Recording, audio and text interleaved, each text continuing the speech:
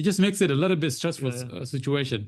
So let's dive into a little bit detail about Islamic financing. Of course, Guidance Residential, being the largest Islamic financing in the US, being the pioneer in this industry as well, have made home ownership possible for Muslim Americans actually to achieve the American dream the halal way, right? So let's dive into a little bit detail the nuts and bolts of Islamic financing itself, right? What makes Guidance Residential musharaka contract, right? What makes it different compared to a traditional contract, a traditional mortgage loan offer today?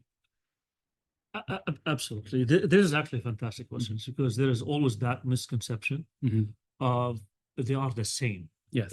Cost is the same, or Islamic finance is more expensive, or same rate, or the monthly payment same, or they do the same things that just change the name. That's the biggest misconception. And that is where I think the confusion comes into part.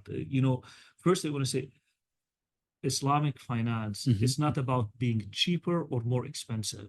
It's about you are following a model that is allowed Islamically to do a business transactions.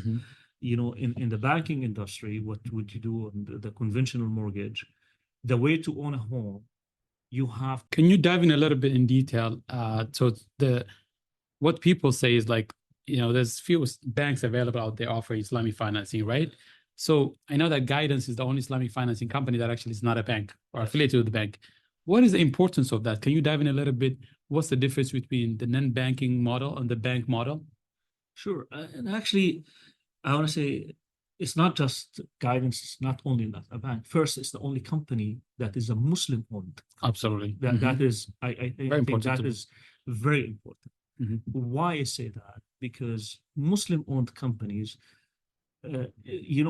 Muslims in general, they care about every single detail when it comes to Sharia compliant. They are not going to cut corners or overlook something because they care. It's like it's embedded in their faith and so on. So they look into the smallest details to make a differences in this. That's number one.